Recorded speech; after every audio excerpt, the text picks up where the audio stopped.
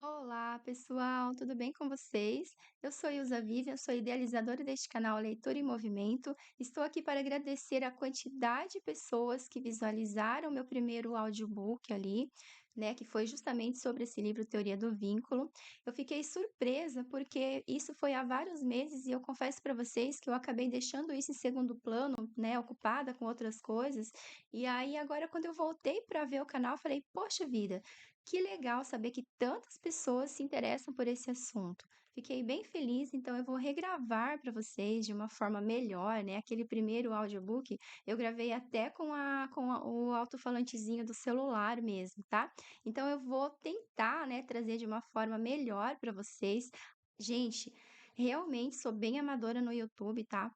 Podem ver ali que não tem nem, né, aquela parte de descrição, de transcrição, mas eu pretendo ainda, né, me profissionalizar, trazer isso de uma forma mais profissional para vocês, tá? Nesse primeiro momento, eu vou fazer uma coleção, então, de vídeos mais curtos sobre esse livro, né, sobre essa leitura Teoria do Vínculo. Tá? Então, vou começar novamente ali pela leitura de capa, pela introdução, parte um, parte 2, até que a gente finalize essa obra. E também eu quero dizer para vocês que eu tenho o livro físico, tá? Ó, foi até meio difícil de encontrar na época, eu encontrei para comprar ele usado num sebo, valeu super a pena. Ele é uma leitura fantástica para gente que trabalha, né, com essa parte de desenvolvimento humano, de questões mentais e tal. E assim, gente, outra coisa que eu quero falar para vocês, sempre que puderem, deem preferência realmente para estar adquirindo material. Porque quando a gente fica muito ali, né, baixando em PDF, compartilhando em PDF, tem toda uma questão energética envolvida por trás, tá? Então, assim, né, que tiverem realmente possibilidade, condições, comprem o material físico. E também, gente, é bem gostoso, né? Eu acho bem legal, assim, a gente ter o material. Inclusive, meu livro tá todo rabiscado, acho que não sei se vai dar para ver, mas ele tá bem rabiscado, porque a gente, né, faz várias anotações e tal.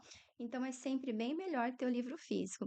Mas o que que acontece, né? Como eu vou ler o livro mesmo, em alguns momentos podem ter alguns ruídos, né? Virar de página e algo assim, tá? Espero que compreendam. E eu vou fazer para vocês, então, essa coleção da teoria do vínculo, né? Do livro Teoria do Vínculo de Henrique Pichon Rivière. Até já. Leitura de capa. Uma concepção dialética da relação terapêutica. Partindo de uma teoria predominantemente intrapsíquica, Pichon-Rivière dá um salto qualitativo e estabelece as bases de uma teoria social que interpreta o indivíduo como sendo a resultante de uma relação dialética entre ele e os objetos externos e internos. A investigação psicanalítica se complementa com a investigação social orientada em uma tríplice direção, psicossocial, sociológica e institucional, e se aproxima da investigação experimental, tanto para o paciente como para o terapeuta, que formam uma unidade dialética na qual cada um interage com o outro. Teoria do Vínculo, por Henrique Pichon Rivière, editora Martins Fontes, segunda edição, São Paulo, 2000. Tradução Eliane Toscano Zemkowski. Introdução por Fernando Taragano. A Henrique Pichon Rivière, mestre do pensamento científico e da arte de pensar, meu profundo afeto e reconhecimento. O material científico contido neste livro provém de um curso sobre metodologia da entrevista, ministrado por Henrique Pichon Rivière na sede da Associação Psicanalítica Argentina, do início de outubro de 1956 até fim de janeiro de 1957. De cada aula gravada e imediatamente transcrita, foram tiradas 2 cópias. Uma delas entreguei a Pichon Rivière e a outra conservei comigo. Tinha a intenção, como lhe prometera muitas vezes, de publicar algum dia seus trabalhos fundamentais, com o propósito de ensinar seu pensamento e sua teoria. Para tanto, seria imprescindível possuir as gravações do segundo curso que ministrou, também na sede da APA, durante o ano de 1957, abril a dezembro, sobre psicopatologia e psiquiatria dinâmica, que será objeto de uma próxima publicação.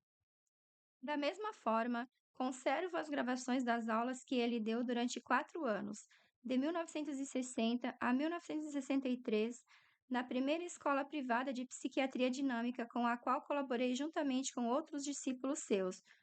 José Belanger, David Lieberman e Edgardo Rolla, em meados de 1961. Em consequência do afastamento de Belanger, Lieberman e Rolla, nós dois ficamos encarregados da direção e dos cursos de primeiro, segundo e terceiro ano até 1964, data em que me separei de Pichon Rivière para fundar minha escola de psiquiatria psicanalítica gestáltica, cuja direção continuo exercendo. Hoje, a menos de um ano de seu falecimento e a mais de 20 do referido curso, cujo material constitui o presente livro, considero seu conteúdo totalmente válido no pensamento científico atual, tanto pelas informações que proporciona como pela qualidade dialética de seu pensamento, que o definem como um investigador original. Pichon Rivière escolheu conscientemente dedicar sua existência à investigação humanística, ao ensino da psicanálise, à formação dos jovens profissionais e, fundamentalmente, a proteger e desenvolver de forma permanente e ininterrupta seu pensamento dialético, em constante processo de abertura e fechamento com a incorporação dos novos conhecimentos trazidos pelas ciências relacionadas com o homem, incluindo-os em seu pensamento científico, organizado em sucessivas estruturas gestálticas cada vez mais complexas e harmônicas. Posso afirmar que Rivière foi e é um verdadeiro mestre para todos nós que fomos seus discípulos ao cumprir a premissa de todo mestre, a generosidade demonstrada constantemente no esforço por ensinar a seus discípulos a difícil arte de aprender a pensar por si mesmos e capacitá-los a redescobrir a ordem e harmonia existentes no universo.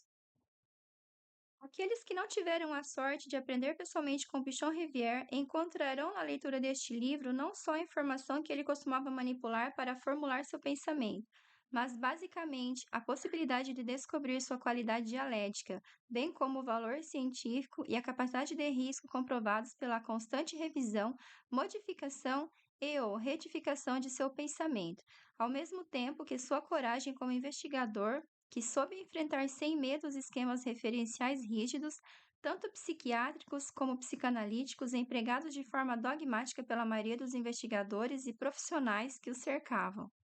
Sua honestidade científica e sua coragem como investigador permitiram-lhe suportar os longos períodos de solidão necessários para a evolução de seu pensamento. Pichon Rivière fixou para si mesmo como objetivos constantes o enriquecimento de sua pessoa, a autocrítica de sua ideologia e a retificação e evolução de seu pensamento. Nós, os que fomos seus discípulos, ficávamos frequentemente surpresos com a sua inteligência clara e, ao mesmo tempo, desorientados com as novas aquisições de seu pensamento. Às vezes, sentíamos gratamente reconciliados com ele quando aquilo que nos ensinava coincidia com nossas expectativas. Outras vezes, sentíamos-nos incomodados porque incluía esquemas referenciais totalmente novos para nós, esquemas que ainda não sabíamos empregar, o que nos colocava diante da sensação angustiante de nos sentir ideologicamente desinstrumentados e colocados diante da violência das limitações de nossa formação científica. Seu pensamento sempre foi multi e interdisciplinar e tivemos de enfrentar a árdua tarefa de segui-lo em seu processo permanente de evolução. Estar ao lado de Pichon Rivière significava não terminar nunca o processo de aprendizagem, assim como estar em constante estado de alerta para não cair na fantasia sedutora de que já possuíamos a verdade científica. Afirmar que Pichon Rivière foi e será o principal mestre da psiquiatria psicanalítica argentina não é, na minha opinião, um exagero. Para isso, basta examinar quem são as principais pessoas que realizam trabalhos científicos atualmente no campo da psiquiatria em toda a Argentina, tanto entre os teóricos da psicanálise, como entre os clínicos da psiquiatria psicanalítica, entre os que trabalham com técnicas de casais, de famílias, grupais, comunitárias, etc., como entre os investigadores institucionais e sociais, etc. Em quase todos eles, sente-se a influência do pensamento de Henrique Pichon Rivière. Mais ainda, sua influência se estendeu tanto direta como indiretamente através de seus múltiplos discípulos a quase todos os países latino-americanos de língua espanhola ou portuguesa. Os 12 capítulos que compõem o presente livro correspondem às 12 aulas do curso e conservam a mesma ordem que foram dadas. Meu trabalho consiste em selecionar a informação que Pichon Rivière foi proporcionalmente em cada aula. Por essa razão, tomei como ponto de referência tudo aquilo que se relacionava com a teoria do vínculo. Para conservar seu estilo e a qualidade dialética de seu pensamento de forma fidedigna, transcrevo longos trechos de suas exposições extraídos das gravações.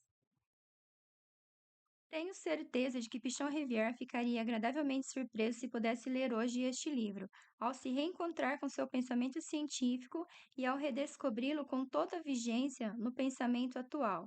Reconheceria imediatamente o seu estilo e talvez só incomodasse a sequência sóbria e direta que dei ao desenrolar de seu pensamento, já que ele gostava de ter a liberdade de ir e vir aonde quisesse, a cada momento, ainda que nunca perdesse de vista a ideia central condutora de seu pensamento. Pichon Rivière coloca desde o início a necessidade de complementar a investigação psicanalítica com a investigação social, que orienta em uma tríplice direção: psicossocial, sociodinâmica e institucional. Aborda o homem concebendo-o em uma só dimensão, a humana, mas ao mesmo tempo concebe a pessoa como uma totalidade integrada por três dimensões: a mente, o corpo e o mundo exterior. Áreas 1, 2, 3, que integra dialeticamente. Com a teoria do vínculo, consegue dar o salto qualitativo de uma teoria psicanalítica predominantemente intrapsíquica para uma psiquiatria social, que considera o indivíduo como uma resultante dinâmico-mecanicista não da ação dos instintos e dos desejos interiorizados, mas sim do interjogo estabelecido entre o sujeito e os objetos internos e externos, em uma predominante relação de interação dialética, a qual se expressa através de certas condutas. Isso lhe permite desenvolver uma psiquiatria centrada no estudo das relações interpessoais, que denomina psiquiatria do vínculo, psiquiatria dinâmica que ele constrói com os postulados da psicanálise. Concebe o vínculo como uma estrutura dinâmica em contínuo movimento, que engloba tanto o sujeito quanto o objeto, tendo essa estrutura características consideradas normais e alterações interpretadas como patológicas. A todo momento, o vínculo é estabelecido pela totalidade da pessoa, totalidade que Pichon Rivière interpreta como uma gestalt, em constante processo de evolução. A análise do vínculo patológico que o sujeito estabelece com o outro permite-lhe compreender de que modo se perturba a estruturação normal da personalidade e de que forma deve-se operar sobre o paciente para retificar seus vínculos patológicos e contribuir terapêutica e profilaticamente para a proteção da evolução sadia de sua personalidade. Aproxima a investigação psicanalítica da investigação experimental, tanto para o paciente como para o terapeuta. Isso leva a considerar o psicanalista como observador comprometido na operação psicoterápica, que inclui constantes variáveis no campo terapêutico, as quais, de uma maneira ou de outra, influenciarão o paciente. Concebe o paciente e o terapeuta como se formassem uma unidade dialética na qual atuam um sobre o outro.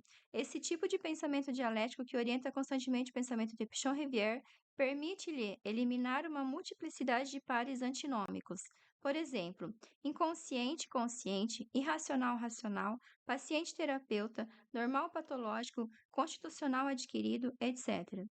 No primeiro capítulo, desenvolve algumas considerações gerais sobre os vínculos patológicos, destacando as diversas finalidades da conduta que o sujeito estabelece com os objetos, as quais configuram as diferentes qualidades que os vínculos adquirem, como o paranoico, o hipocondríaco, o melancólico, o histérico, o maníaco, o autista, o obsessivo, o perverso, etc.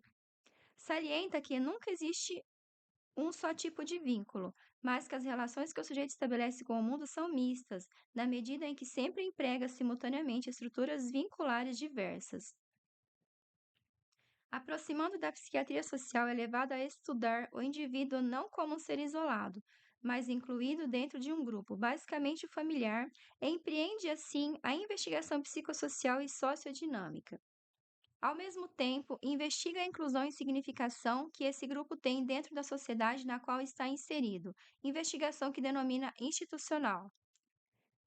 Através do estudo psicossocial, sociodinâmico e institucional, coleta no exterior uma série de informações que lhe dão dados sobre o interior do paciente, ao mesmo tempo que lhe permitem detectar e ou descobrir as causas em termos gerais que provocaram a ruptura do equilíbrio psicológico do paciente que se mantinha até o momento mais ou menos estável. Quando, em razão de determinado fator, geralmente a perda de prestígio do líder da família, que por sua vez se relaciona com a totalidade daquilo que acontece dentro desse grupo, a estabilidade grupal é perdida. Surgem condições para o aparecimento em um de seus membros da psicose, que aparece como emergente, novo e original. Este fato faz com que tal psicótico se transforme pouco a pouco no líder familiar. Esta hipótese leva Pichon-Rivière a assinalar a necessidade de que esse membro psicótico se encarregue da doença mental de todo o grupo familiar. O delírio deve ser compreendido como uma tentativa do paciente de solucionar um determinado conflito e, ao mesmo tempo, como uma tentativa de reconstruir não apenas seu mundo individual, mas principalmente o de seu grupo familiar e, secundariamente, o social. Isso determina o fato de que, para compreender um delírio, é fundamental investigar o conjunto de forças que atuam no meio familiar do qual emerge a doença mental. Desse modo, Pichon-Rivière desenvolve uma psiquiatria operacional na medida em que relaciona a neurose ou a psicose com a estrutura da qual emerge. Em relação às caracteriopatias, assinala que não se trata de uma perturbação do juízo, como acontece nos delírios, mas sim da conduta. De acordo com sua teoria do vínculo, interpreta a despersonalização com a negação do vínculo, como a tentativa de perda do ser, de si mesmo, de não ser ninguém para ter compromisso no vínculo com o outro.